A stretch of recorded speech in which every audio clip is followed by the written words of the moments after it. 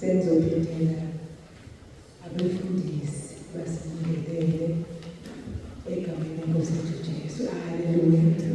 Ngizobhedlela nje abefundisi basingelele leli thuba egameni lenkosi yethu Jesu. Haleluya.